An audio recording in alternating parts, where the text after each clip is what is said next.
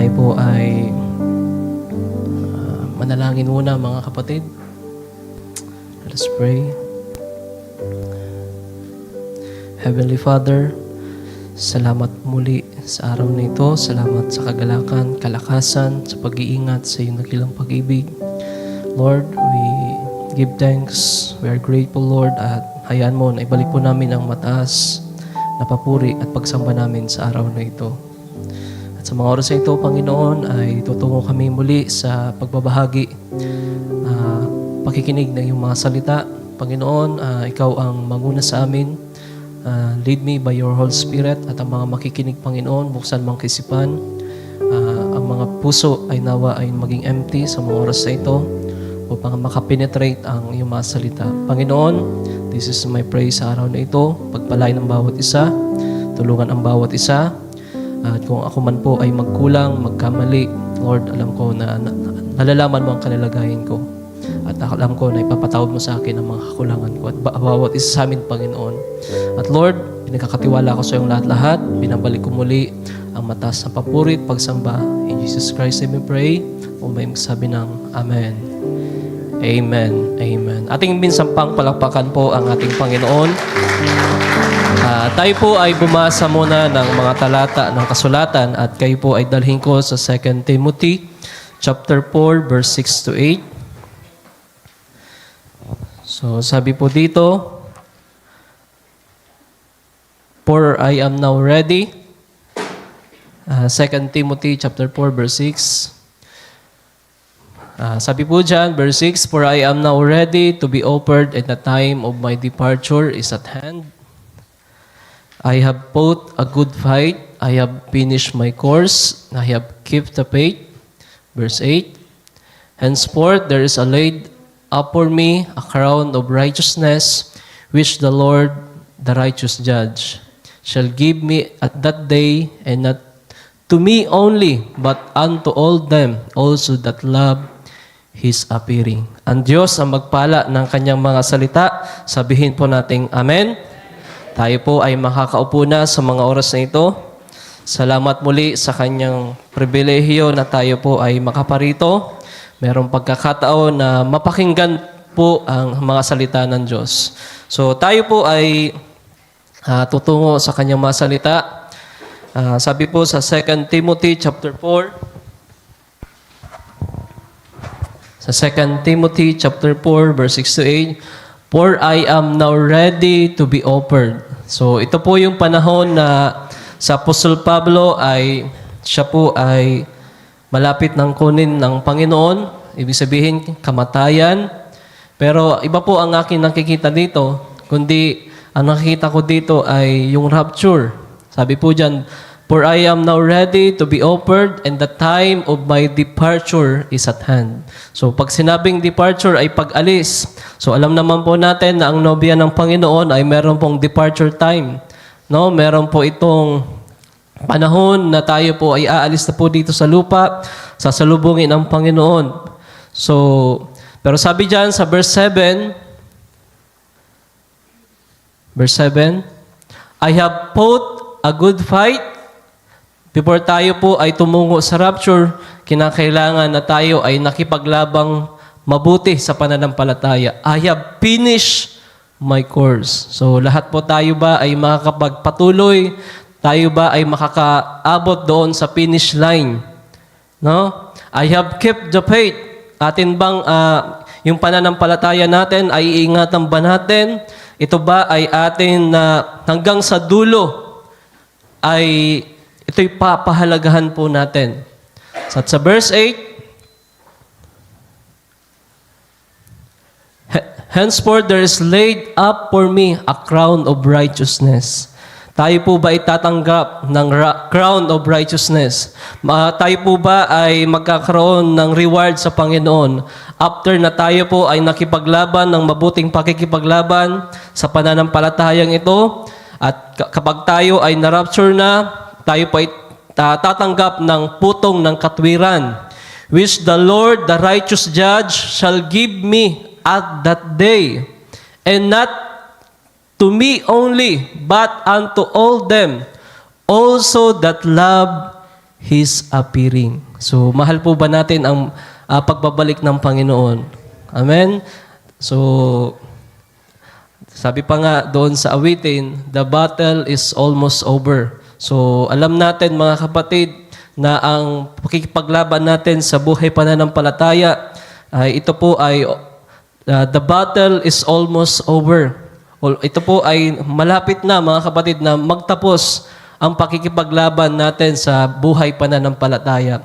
So kagaya po ni Apostol Pablo, siya po ay nakipaglaban ng mabuting pakikipaglaban. At gayon din po tayo na mga Kristiyano, nobya ng Panginoon, kinakailangan na makipaglaban ng mabuting pakikipaglaban sa pananampalatayang ito. So, ang aking pong title ay Fought a Good Fight of Faith. So, tayo po ay nakikipagbaka. So, alam natin na ang mga Kristiyano ay kagaya po ng soldiers. Kagaya po ito ng mga army, mga sundalo. So, tayo po ay merong pakikipagbaka na pinagdaraanan nung tayo po ay naging Kristiyano, nung tayo'y tinanggap natin ang ating Panginoong Jesucristo, tayo po ay tumungo sa pakikipagbaka. So wala pong Kristiyano ang hindi po pumunta o nasa panahon ng pakikipagbaka. So we have the journey hanggang sa finish course, hanggang sa finish line, hanggang sa masasabi na natin na tayo po ay nagtagumpay. No, ang end game po natin ay pagtatagumpay. No? So kapag hindi end game, kung hindi victory ang end game po natin, walang ibang end game po natin kundi po doon sa pagkapahamak. Pero naniniwala ako kung tayo po ay predestinado, kagaya po nung Israel, nung sila po ay nag-journey mula sa Red Sea patungo doon sa Kanaan, ang end game po nila, pasensya na po sa salitang end game kasi lagi ko pong napapakinggan sa balita.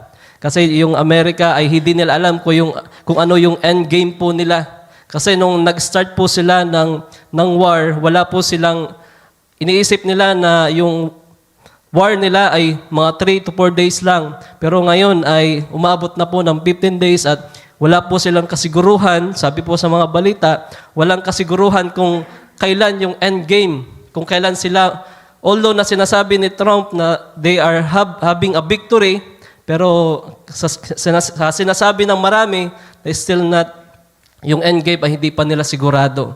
So, we don't know kung anong mangyayari dyan, mga kapatid.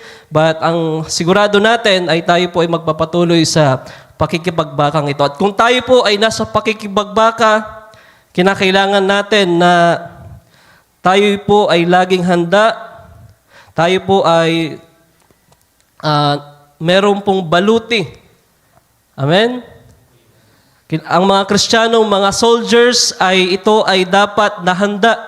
Kung ang Israel nga po ay handa po sila sa pakikipagbaka, hindi po sila tumungo sa pakikipagbaka sa panahon ito na hindi po sila handa. Meron po silang missiles, meron po silang mga good soldiers, meron po silang mga bunkers. Lahat po, bago po sila tumungo sa matitinding pakikipagbaka, ay meron po silang paghahanda at meron po silang mga sabihin natin na preparation na ginawa. So lahat po tayong mga Kristiyano, we are preparing for our final battles sa buhay paglilingkod na ito, mga kapatid. No? Kung ang mundo ay meron pong tinatawag na final battle, so alam po ba natin yung final battle dito sa mundong ito? Before the millennium. So alam po natin yung battle of alam po natin yung mangyayari sa the Battle of Armageddon, mga kapatid. So, salamat sa biyaya ng Panginoon sapagkat bago man po ang tinatawag na rapture ay meron po tayong higit pa na maranasan. Kung dumating man yung panahon ng kahirapan, tayo po ay tutulungan ng Panginoon. At sabi po sa Ephesians chapter 6, verse 10, I just want to exhort mga kapatid, tayo po ay magpatuloy sa pakikipaglabang ito. So sabi dyan, finally, my brethren, sa verse 10, be strong in the Lord in the power of His might. Put on the whole armor of God, that ye may be able to stand against the wiles of the devil. For we wrestle not against flesh and blood, but against principalities, against powers, against rulers of the darkness of this world, against spiritual wickedness in high places. Wherefore take unto you the whole armor of God, that ye may be able to withstand in the evil day, having done all to stand. Stand therefore, having your loins girt upon your truth, and having on the breastplate of righteousness, and your feet shod with the preparation of the gospel of peace. Above all, taking the shield of faith, whereby ye shall be able to quench all the fiery darts of the wicked, and take the helmet of salvation and the sword of the Spirit, which is the word of God, praying always with all prayer and supplication in the Spirit, and watching thereunto with all perseverance and supplication for all saints. So, pinapakita lamang po ni Apostol Pablo, we need to, kinakailangan na tayo po ay laging preparado. So, we are preparing, mga kapatid, sa bago pa ang pagbabalik ng Panginoon. And we are prepared dapat, mga kapatid. Kaya nga tayo nagsisimba, kinakailangan natin ang salita po ng Diyos, sapagkat yan po yung preparation po natin. Nakikinig po tayo ng kanyang mga salita every linggo. Kapag tayo po ay nagbabasa ng kanyang mga salita, ito po yung protection po natin. Diba? Yung kapahayagan ng kanyang mga salita. Hindi naman po ito literal na tayo po ay merong baluti. Sapagkat hindi naman po tayo makikipaglaban sa flesh and blood. Hindi mo pwedeng kalabanin yung kapitbahay mo. So, paano po ba tayo makakapag-win? Paano ba tayo magkakaroon ng victory?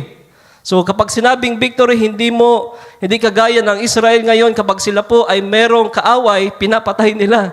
Pinapasabugan nila ng missiles. Pero tayo, mga kapatid, ay hindi ganon. We are now living in the New Testament. Ang Panginoon na nagpakita na hindi sa pamamagitan ng pakikipaglaban sa dugo't laman ang pagkapanalo. Papaano nanalo ang Panginoon, mga kapatid? Sa pamamagitan ng pagkapako niya doon sa Cross of Calvary. So ang pagkapanalo po natin, parang halimbawa na lang, kapag merong sa inyo na nang api o nag-alimura, hindi mo yun papatahin o kaya hindi mo yun aalimurahin din. So ang pinakaunang battle sa atin, yung sarili po natin, kung papaano natin madidisiplina yung sarili natin o kung paano natin hindi natin babalikan sila ng kung ano ang kanilang sinabi sa atin. Kundi ang gagawin natin ay ipagpipray sila o kaya ay ipuforgive natin kung ano man ang ginawa nila. And that is the real winning, mga kapatid. Yan po ang tunay na pagtatagumpay. Hindi na po tayo sa panahon ng Old Testament na kagaya ng Israel na kapag merong ng away sa kanila, ay aawayin din po nila. Pero sa mga Kristiyano ngayon, ang ating laban ay hindi po sa flesh and blood, kundi ito po ay spiritual battle.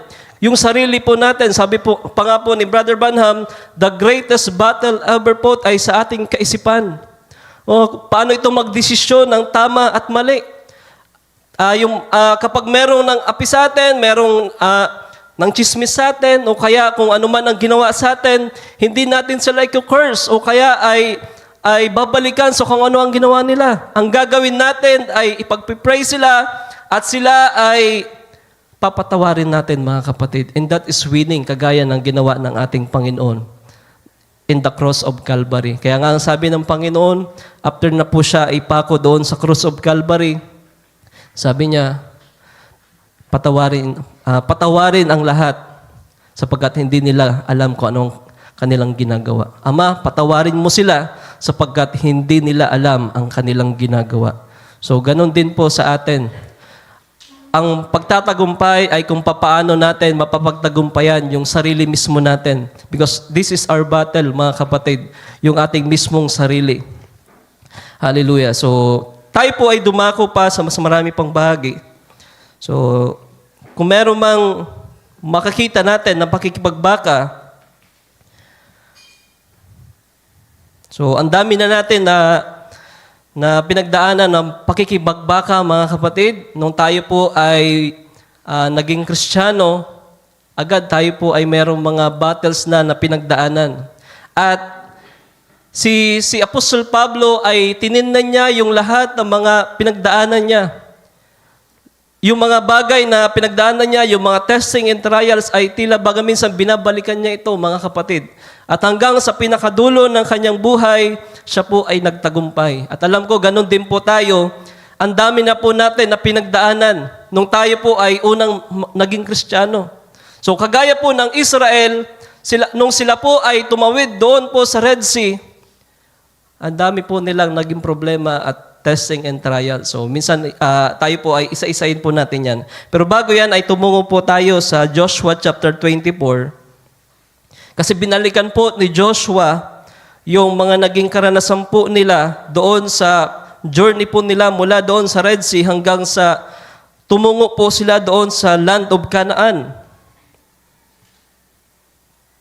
Ito po yung pinakahuling habilin po ni Joshua. At ginather niya po ang lahat ng mga elders, lahat po ng mga Israelites, at meron siyang sinabi. Sabi po dito, "And Joshua gathered all the tribes of Israel to Shechem and called for the elders of Israel and their heads and for their judges, for their officers, and they presented themselves before God." Verse 2.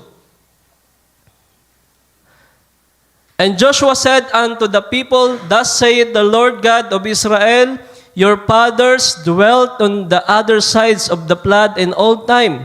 Terah, the father of Abraham and the father of Nahor, and they served other gods." Siguro ano mo, Barchad, sa Tagalog para mas madaling maintindihan.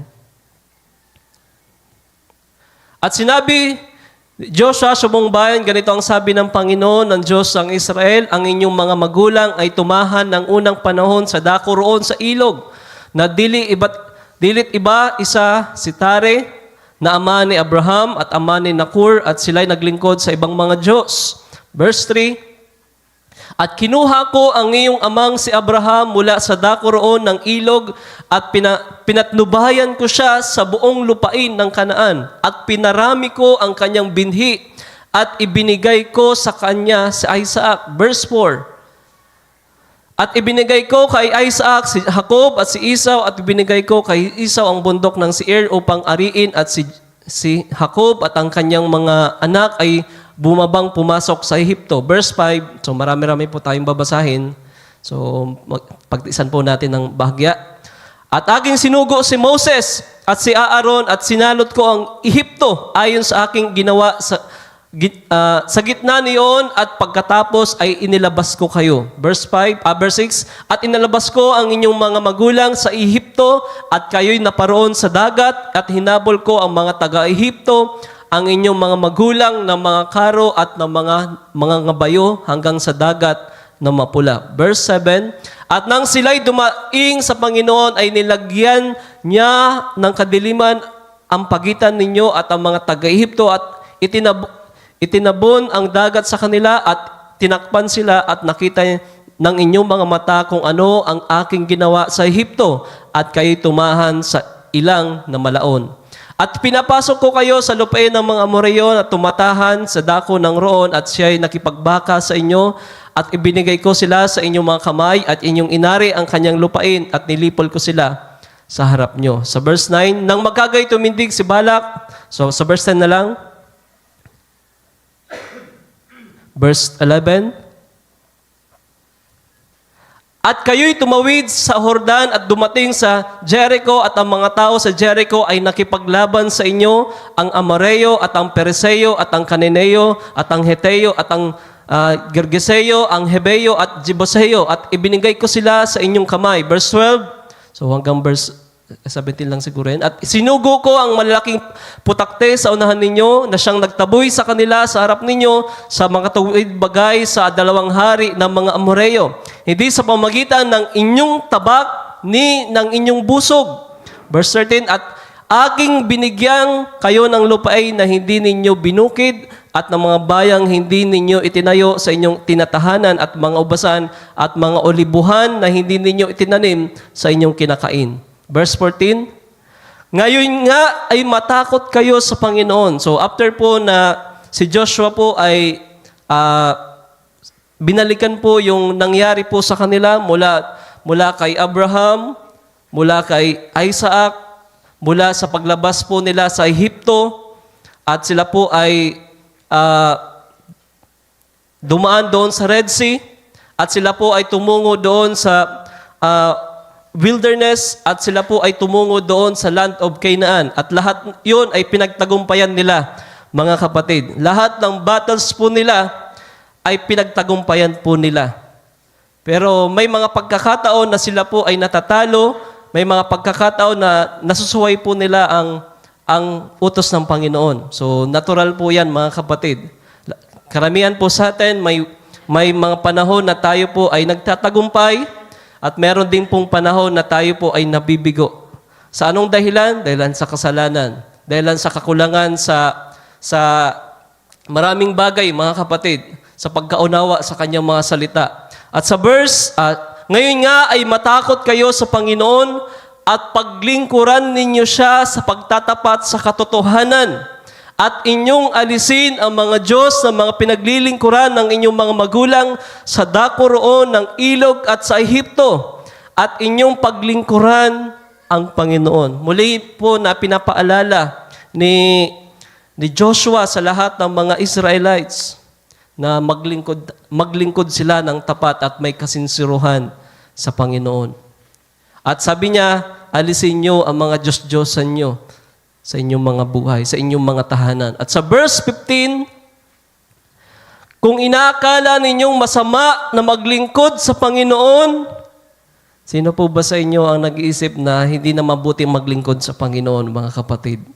Diba? Minsan kapag tayo po ay sinusubok, minsan iniisip na natin, parang gumib up na tayo at hindi na po tayo magpatuloy sa paglilingkod na ito.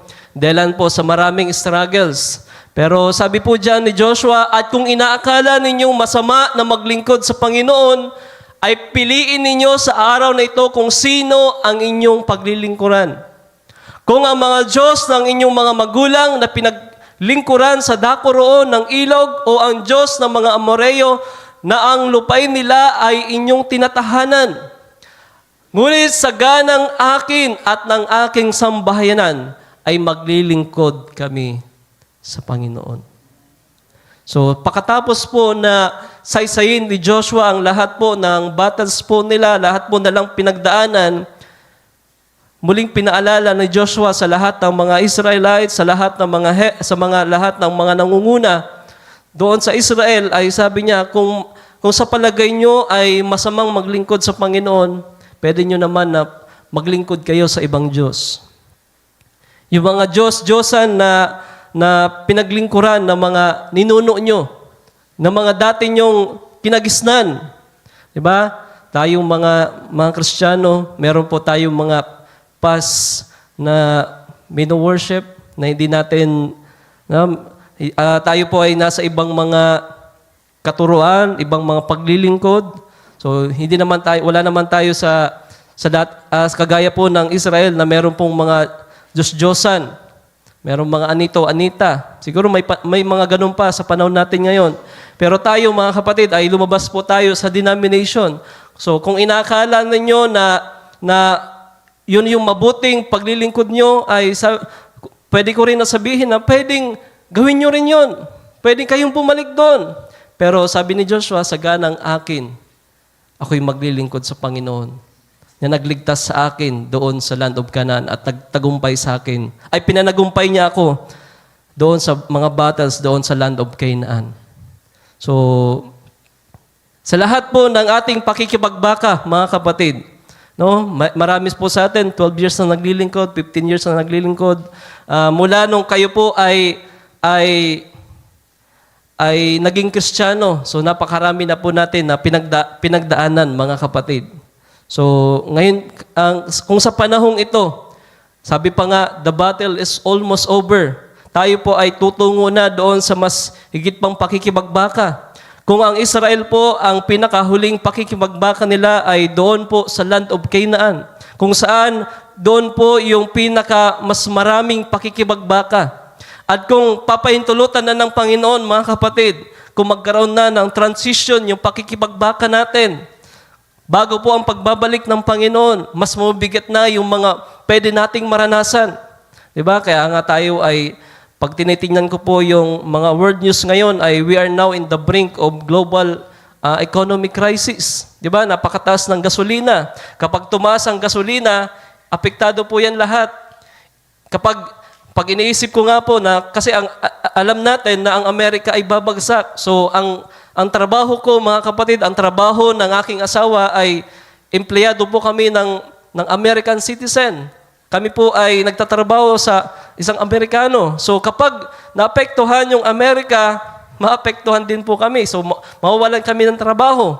Ang pwede namin gawin, minsan iniisip ko, magtanim na kaya tayo ng gulay. Kasi kapag dumating na yung masigit pang mga kagutuman, ay pwede tayong makasurvive. Pero meron pong pangako ang Diyos sa mga huling araw na ito na meron pong third full ministry, the spoken word ministry, na yung bagay na pananampalataya natin mula sa wala ay ito yung patungo sa existence, mga kapatid. So, salitain lang natin ay magkakaroon through the rapturing faith, through by faith, mga kapatid. Kaya yun din po yung kagandahan sa mensahe sa ating kapanahunan na merong third full ministry, na hindi tayo mag-aalala, hindi natin naalalahanin yung mga bagay na mangyayari sa mundong ito, although na meron pong takot sa ating mga puso, pero dahilan merong pangako siya na merong third full ministry, merong spoken word ministry, yun po yung nagbibigay po sa atin ng kapanatagan, mga kapatid. Amen? Yun po yung nagbibigay sa atin upang makapagpatuloy sa pakikipagbakang ito. So, hindi ko naman po kayo tinatakot. So, we don't know kung ano po ang possible na pwedeng mangyari sa ating kapanahunan, but tayo po ay patuloy na maghanda, tayo po ay patuloy na magtanong sa Panginoon kung ito na ba yung panahon o kaya meron pang mga panahon na lilipas pa para po sa pagbabalik ng Panginoon. So, we don't know, mga kapatid, pero ang kagandahan, tayo po ay pinaghahanda ng Panginoon. So, let's pray. Sabi nga na Apostol Pablo, kayo ay balutin nyo ng, balutin natin ang ating mga sarili.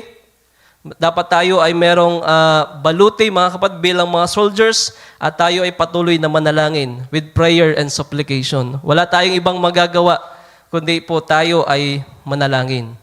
Amen? So, kagaya po ng sinasabi ni Joshua sa King James Version, so verse 15, sabi po dyan, "For as for me and my house, we will serve the Lord." So, sabi ko nga po, I have fought a good fight of faith. Kinakailangan natin na makipaglaban ng mabuting pakikipaglaban hanggang sa finish line, mga kapatid. As for me and my house, we will serve the Lord. Tayo po ba'y magpapatuloy sa pakikipaglabang ito? Amen. Ating palapakan minsan pa ang Panginoon. At tayo po ay tumungo pa isa-isahin natin yung mga naging battles po ng bayan ng Israel.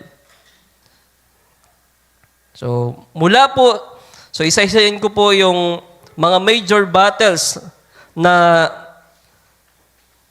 naranasan po ng Israel mula nung sila po ay nag-journey, crossing to the Red Sea, hanggang sila po ay nakaabot po doon sa land of Canaan. So, mga major battles lang po ang nilagay ko po dito. Siguro nasa 8 lang, mga kapatid.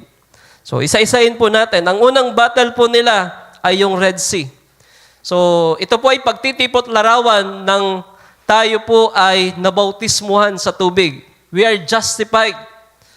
Tayo po ay inaring ganap na mga anak ng Diyos. Tayo po ay ginastify yung dati nating mga kasalanan. So, yung battle po na ito ng Israel doon sa Red Sea, sapagkat sila po ay natatakot, sapagkat hinahabol po sila ng Egyptian army. At kapag sila po ay nahabol ng Egyptian army, siguradong sila po ay pababalikin doon sa Ehipto. At sila ay muling magiging slave, mga kapatid. So, Parang ganun din po sa atin. Kung ito po ay i-relate po natin sa ating mga sarili, nung tayo po ay una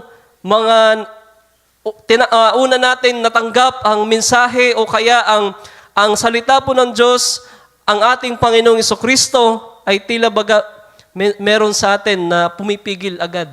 Di ba?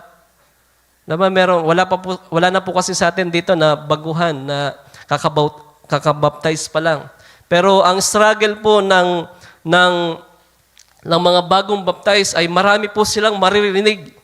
Marami po silang discouragement na maririnig, na mararanasan. Halimbawa na lang, sasabihin nila, huwag ka nang magpabautismo dyan. Kasi wala namang pera dyan. Hindi ka naman yayaman dyan. May mga pagkakataon na may naririnig akong ganyan, mga kapatid. Diba? Kapag nagpabautismo ka dyan, bawal ka nang mag-lipstick. Bawal ka na mag-short ng maikli. Bawal ka ng manigarilyo. Bawal ka na ng ganito, ganyan. So maraming discouragement na ginagawa po ang kaaway at hinahabol po tayo. At yan po yung unang battle po natin sa buhay paglilingkod na ito. But thank God, tayo po ay nagtagumpay sa mga bagay na yan. Amen. Yung lahat ng discouragement ng kaaway, pangahabol ng kaaway, ay napagtagumpayan po natin. Palakpakan po natin ang Panginoon, mga kapatid. Naalala ko po noon si Brother Jeff, nung siya po ay unang nabautismuhan, ang kanyang unang struggle, ang kanyang mga magulang. Sapagkat sabi nung kanyang itay, ng kanyang ama, kapag ikaw ay magpatuloy dyan, baka ako lang din naman ang makatapos ng buhay mo. Nandito yung itak. Tatagayin kita. So, naranasan niya ni Brother Jeff, mga kapatid. So, tayo wala namang ganong karanasan. Kaya mapalad-palad pa tayo sapagkat kahit papano sa ating kapanahunan ay medyo maluwag ang mga born again o mga Kristiyano, mga tinatawag ay tila baga accepted na sa panahon natin ngayon. So wala tayong ganong karanasan. Pero siguro marami sa atin nakaranas ng mga discouragement. Hindi man sa ganong pamamaraan, pero sigurado ako na merong mga discouragement na tayo po ay naranasan. Na tila baga minsan gusto na lang natin na bumalik doon sa dati nating buhay. Diba? Ang sarap naman po kasi mag-inom. Minsan iniisip na, sinasabihin ng iba, hindi ka na dyan makakapag-inom, hindi ka na dyan mangbababae, hindi ka na dyan kung ano-ano pang mga vices o kaya kung ano-ano pang sasabihin ng mga kaibigan nyo, ng mga magulang nyo o kung sino pa man, mga kapatid, na para i-discourage po tayo para hindi po magpatuloy. Pero kagaya po ng sinasabi ko, ang Diyos ang tumulong po sa atin, hindi po yung ating sariling lakas. Salamat sa pagtatagumpay sa bahaging yan, mga kapatid. Amen. So, pangalawang battle po ng Israel ay yung battle po ng hunger and thirst. So, medyo mas sigit pa na ito na tumutungo sa mga pakikipagbakang ito. So, lahat po tayo ay nakaranas ng daily needs. So, ito po yung daily battles po natin kapag walang pambayad sa bills, kapag iniisip na natin kung anong sasaingin bukas, kung anong magiging pang-araw-araw po natin. Kagaya po ng Exodus chapter 16 verse 2 to 4, nung ang Israel ay nandun po yung reklamo po nila sapagkat sabi nila kay Moses, Moses, bakit mo kami dinala dito? Dinala mo ba kami dito para dito na kami mamatay? No? Kapag naglingkod po tayo sa Panginoon, mga kapatid, alam natin na makakaranas po tayo ng mga struggles sa pinansyal o kaya sa ating pamumuhay araw-araw, sa ating mga pagkain. Sa Exodus chapter 16, verse 2 to 4, sabi dyan, at inupusala ng buong kapisanan ng mga anak ni Israel si Moses at si Aaron sa ilang. Verse 3, at sinabi sa kanila ng mga anak ni Israel, namatay na sana kami sa pamamagitan ng kamay ng Panginoon sa lupain ng Ehipto, nang kami ay nauupo sa tabi ng mga palyok ng karne. Namimiss na po nila yung karne doon sa Ehipto. Kasi doon sa wilderness ay walang karne, mga kapatid. Sabi diyan, nang kami ay kumakain ng tinapay hanggang sa mabusog, sapagkat kami ay inyong dinala sa ilang na ito, upang patayin ng gutom ang buong kapisanang ito. So, yan po yung battles po natin, mga kapatid, yung tiyan po natin. So, kailangan po kasi natin ng pang-araw-araw, mga kapatid. Pero pinagkulang po ba tayo ng Diyos, mga kapatid? Hindi ba tinugon ng ating Panginoon ang lahat ng ating pangangailangan sa pang-araw-araw natin?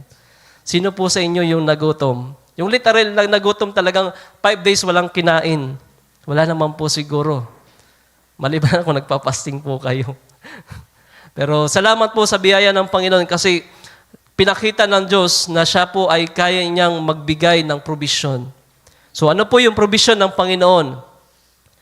Sa verse 4, nang magkagayoy sinabi ng Panginoon kay Moses, narito kayo'y aking pauulanan ng pagkain mula sa langit at lalabasin at pupulutin ng bayan araw-araw ang bahagi sa bawat araw.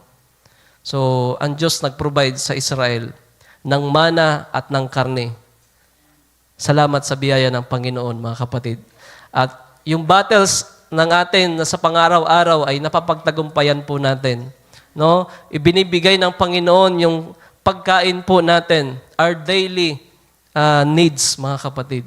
Salamat po sa biyaya ng Panginoon. Sapagkat alam ko, battles po yan ng bawat isa.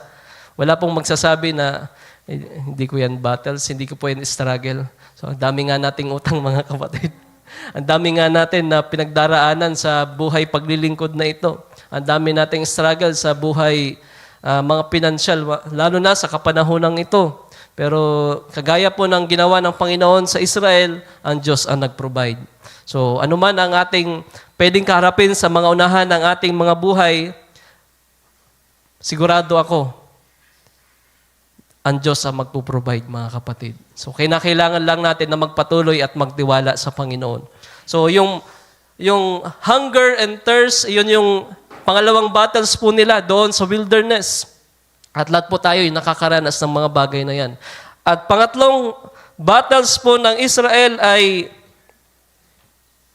ito na, mga kapatid, yung first military battle ng Israel. So alam po natin, ang unang nakalaban po nila, yung pisikalan, ay yung mga Amalekites. So dito, alam po natin yung nangyari sa panahong ito. So, Exodus chapter 17, verse 8 hanggang verse 13. So, dito naman ipinapakita kung ano yung battles po dito. Ito po yung battles ng pananalangin at yung support ng bawat isa. So, sabi diyan, nang magkagayoy dumating si Amalek at nakipaglaban sa Israel sa Rephidim. Verse 9, at sinabi na Moses kay Joshua, Ipili mo tayo ng mga lalaki at ikaw ay lumaban kay Amalek. Bukas ay tatayo ako sa taluktok ng burol na aking tangan ang tungkod ng Diyos sa aking kamay. Verse 10, gayon ginawa ni Joshua gaya ng sinabi ni Moses sa kanya at lumaban kay Amalek. At si Moses, si Aaron at si Hur ay sumampa sa taluktok ng burol. Verse 11. At mangyari pagka itinataas si Moses ang kanyang kamay, ay nananaig ang Israel. No, kapag tinataas ni Moses ang kanyang kamay, ang kanyang tungkod, mga kapatid, ay nananalo po yung Israel sa laban sa Amalekites. At sabi diyan, ay nananaig ang Israel at pag kanyang ibinababa ang kanyang kamay, ay nananaig si Amalek. So pag nabababa, kasi siguro yung kamay ni Moses ay, ano bang tawag dyan? Nangangalay na. So, binababa na. So parang ang pastor po natin yan, mga kapatid, ang mga tagapanguna. Kapag wala pong support, pag wala pong ibinibigay na prayers, ay doon, tila baga, natatalo tayo. Tila baga tayo ay mga walang gana sa paglilingkod na ito. Pero kapag si Moses itinataas ang kanyang kamay at ito ay binubuhat ni Aaron at saka ni Hur, sila po ay nagtatagumpay. So nandun po yung support. So kailangan natin po ng support sa ministry. Huwag niyo pong isipin na ministry lang po ito ng mga ni Brother Chad, ni Brother Alex, ministry ko, ministry ng ating pastor. Hindi po mga kapatid. This is the ministry of every one of us. Kinakailangan kahit yung kaunting support, kahit sa panalangin na lang mga kapatid, na maalala nyo ang yung pastor na sa panalangin. Diba? Malaking tulong yun mga kapatid upang tayo po ay magtagumpay. Tayo po ay umusad sa pakikipaglabang ito.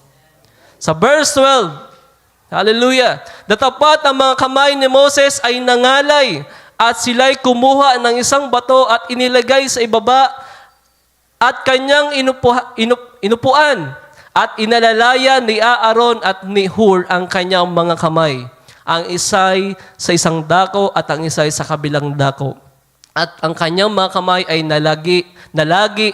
nalagi sa itaas hanggang sa paglubog ng araw. At sa verse 13, at nilito ni Joshua si Amalek at ang kanyang bayan sa pamagitan ng talim ng tabak.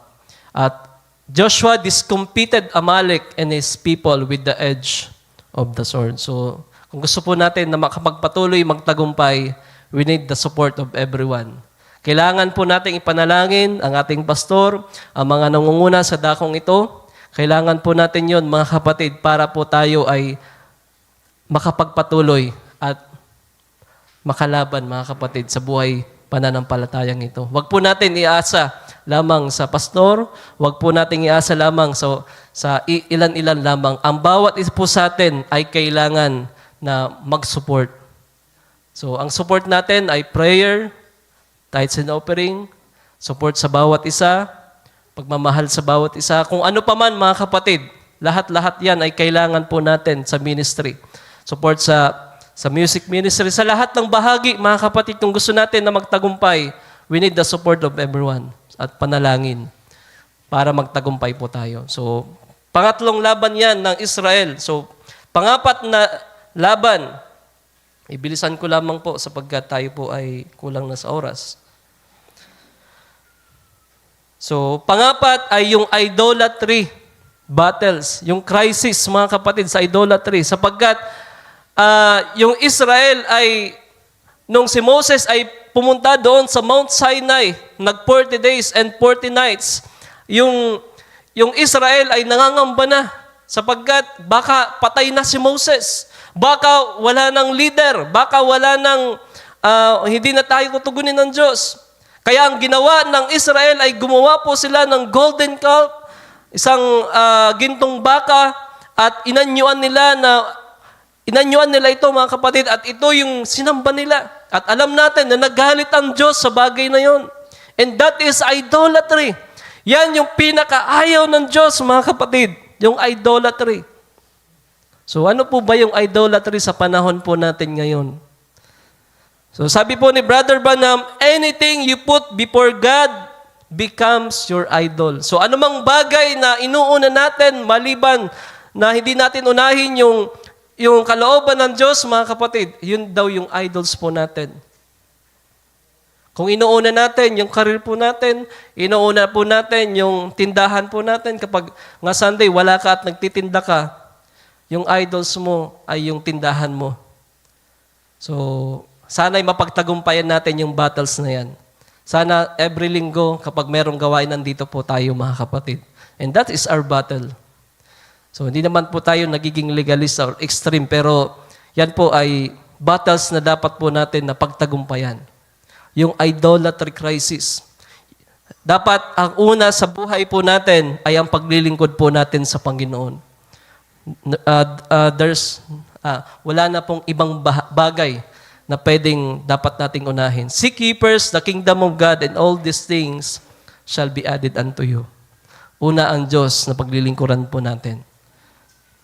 Una ang Diyos, yan ang pinaka-priority po natin. At sumunod na lamang po ang lahat, yung pamilya po natin, ang negosyo po natin, ang lahat-lahat mga kapatid. So, panglimang battles po ng Israel ay yung craving for the old life. yung dati nila pong gawain, yung dati po nilang katatayuan, namimiss po nila yon. So, alam ko, merong battles po sa atin na ganun.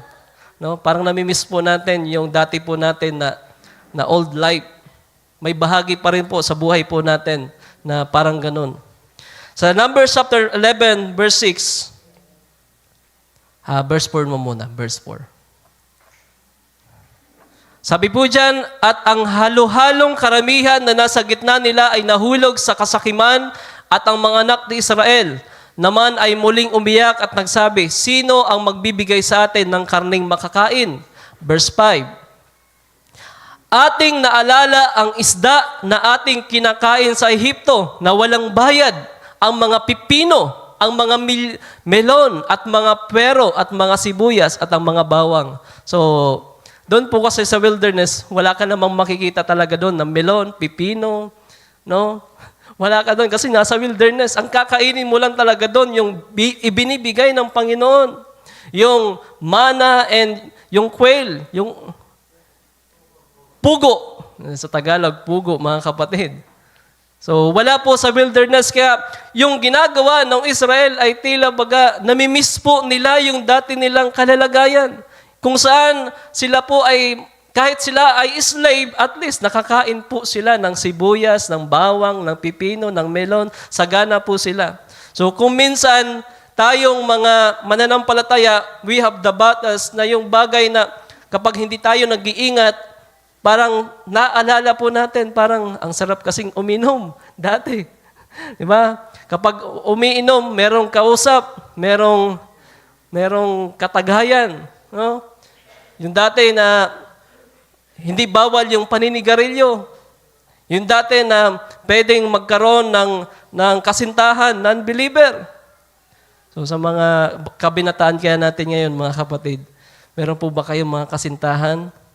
So battles po yan. Sana po ay mapagtagumpayan nyo yan. No? Kasi hindi naman po yan makakatulong sa inyo sa panahong ito.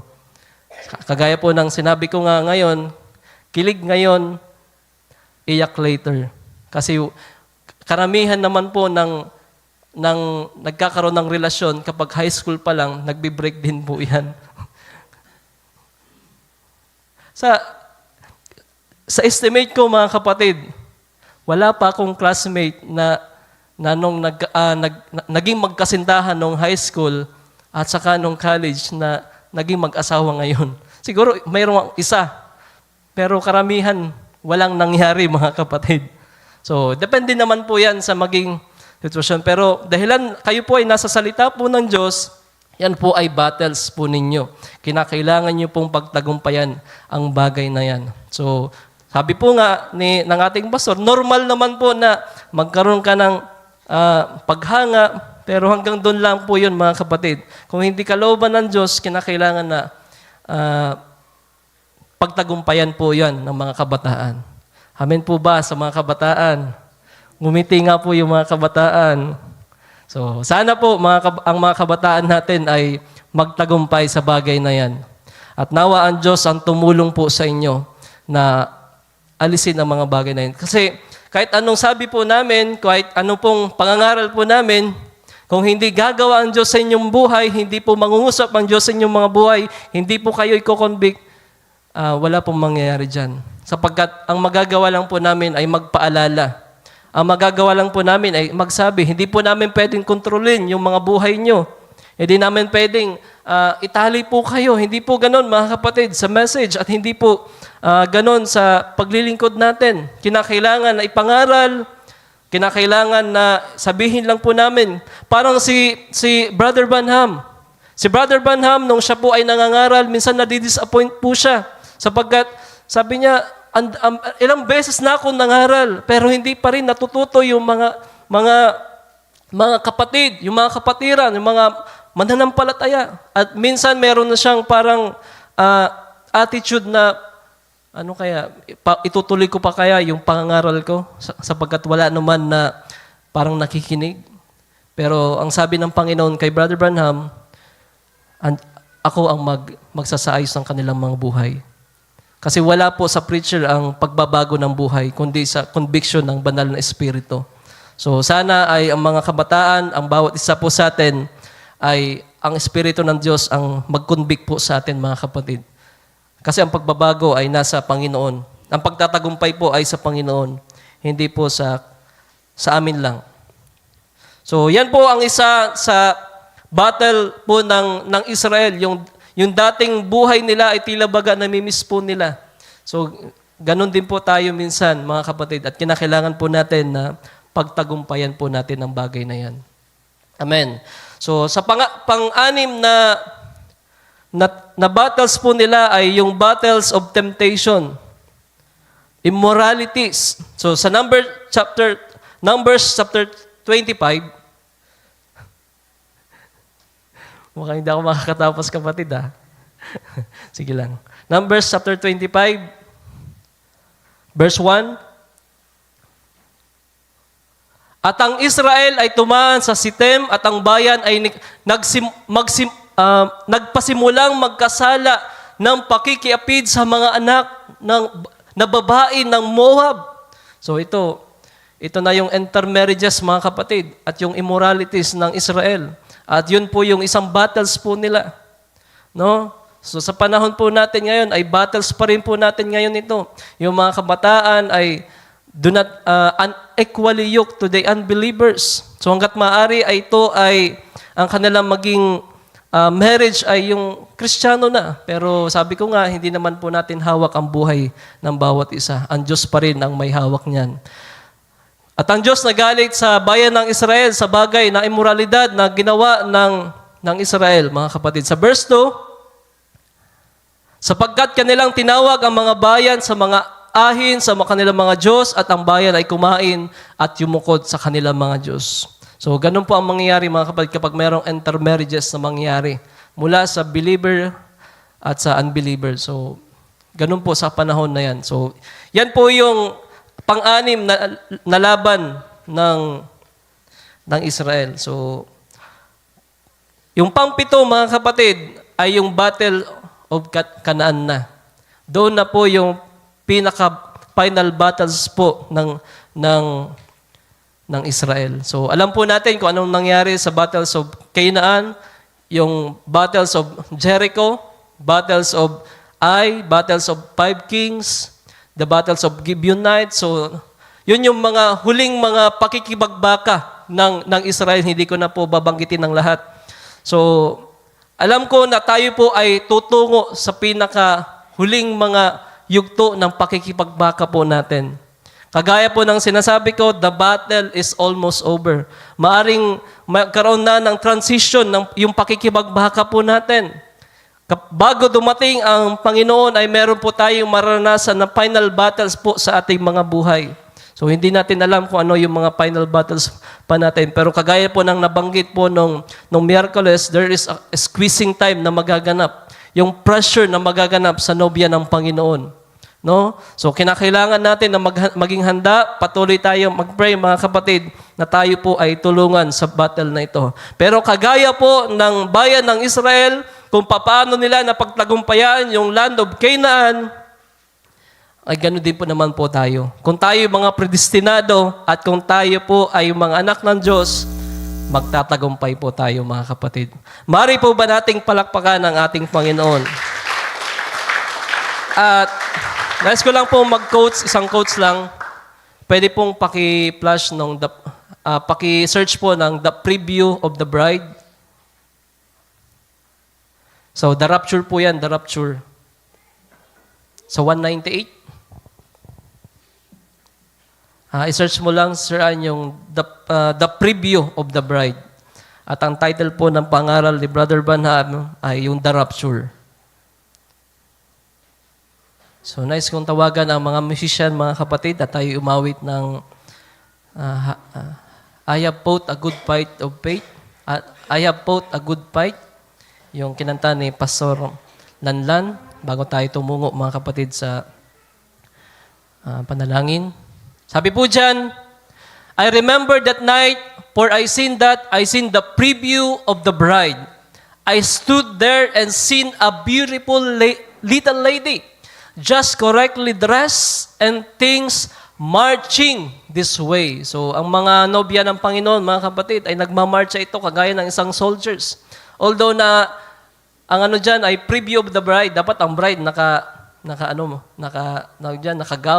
Pero ang nobya ng Panginoon ay soldiers din. Kaya nga ang narinig dyan ni Brother Branham na awitin ay yung onward Christian soldiers. So tayo mga nobya ng Panginoon, tayo po ay mga soldiers ng ating Panginoon. There was some days standing by me in the vision, and I seen the preview of the bride. I seen her go by. They come on this side and went around. I heard it coming, the churches coming up from this other side. There come the Asian church. Oh, you talk about filth. So, yung Asian church, kasama po tayo dyan. Di ko po ibig sabihin na, mga kapatid, na tayo yan. So, may pinapakita lamang po doon sa vision. Oh, you talk about filth. Napakarumi. Here come the European church. Oh my. And then I heard a rock and roll coming. And it was Miss America, the church. So, yan po kasi yung mga denomination sa panahon po natin ngayon. No? They are also Christian, pero they are not living in the holy living. And she didn't even have on any clothes. She had papers like newspaper gray, hold in front of her, dancing by rock and roll, Miss America, the church. I stood there in His presence. I thought, oh God, as a minister, if that's the best we could do. Oh, you know how you feel. Si Brother Branham, yung matinding parang kalungkutan niya kasi nakita niya yung preview of the bride, merong Miss America, merong European church, merong Asian church na marumi, mga kapatid. Lalo na yung Miss America. Sabi nun ni Brother Branham, they are naked. So walang righteousness, walang holy living. Then I thought, God, hide me if I could just get away from her. Here, if all that we've done and that's what we have to produce, if that's what. And then when the woman passed by, all doing all kinds of rock and things and short hair and painted faces. So merong mga makeup, merong mga kung ano-anong ginawa, merong mga dancing, merong rock and roll. So ganun po kasi yung panahon natin ngayon, yung mga churches sa panahon natin ngayon. Hindi nagiging mapagbantay sa anong inaawit. Okay na sa kanila yung mga painted faces, yung mga makeup, okay yan sa kanila. And as they pass by like that, supposed to be virgins to Christ, ibig sabihin malinis, and when she passed by like that, I turned my head, with this holding in front of me. It was disgraceful. Nakakahiya, mga kapatid. Sabi ni Brother Branham, back of them, and there they was going like that, and I turned my head to weeping like that. So umiyak si Brother Branham nung makita niya yung preview of the bride na napakadumi ng mga churches. And I said I couldn't stand in it there. Him standing there and know that me, a minister of the church, and that's what I had to produce for him. I said, oh God, I can look at it. Let me die.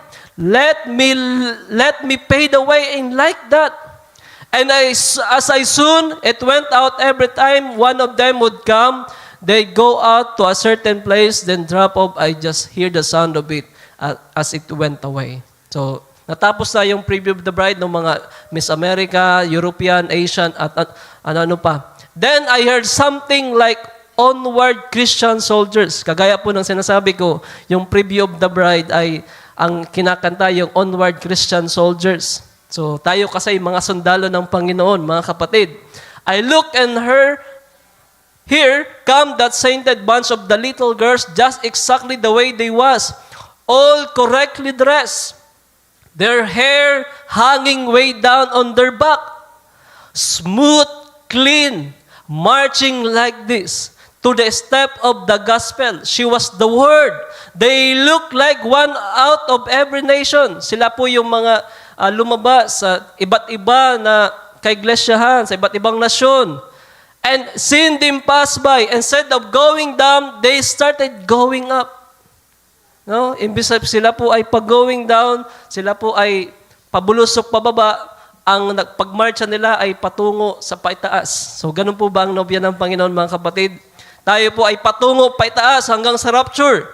I notice one of them trying, 2 or 3 of them trying, getting out. So, meron siyang nakita doon sa nobya ng Panginoon na merong parang, ano man tawag niyan? Lumilihis. Parang siguro lumilingon. Parang si Lot lumilingon, mga kapatid. Yung asawa ni Lot, lumilingon sa mga dati niyang, sa mga bagay sa sanlibutan. And sabi diyan, and I noticed one of them trying, 2 or 3 of them trying, getting out of line. I screamed, stay in line! And the vision left me, and I was standing in the room, screaming, stay in line. That. So, stay in line, mga kapatid, sa paglilingkod sa Panginoon. I have fought a good fight of faith. I have finished my course. I have kept the faith. Stay in line, mga kapatid, hanggang sa pagbabalik ng Panginoon. Purihin ang Panginoon. Tayo po ay tumayo sa mga oras na ito. Tayo po ay umawit. At although na wala na pong oras, siguro ito na lang po yung kaunti lang, mga 5 minutes lang. Sabayan niyo po ako sa mga nakakaalam.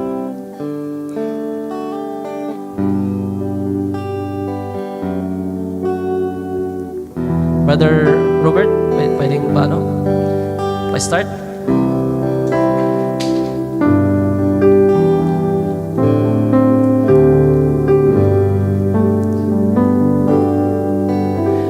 There was a man named Paul who was tested and tried. He suffered for the gospel, but God was on his side. And at the end of his struggle, he had asked only. He said, my course, a crown awaits for me.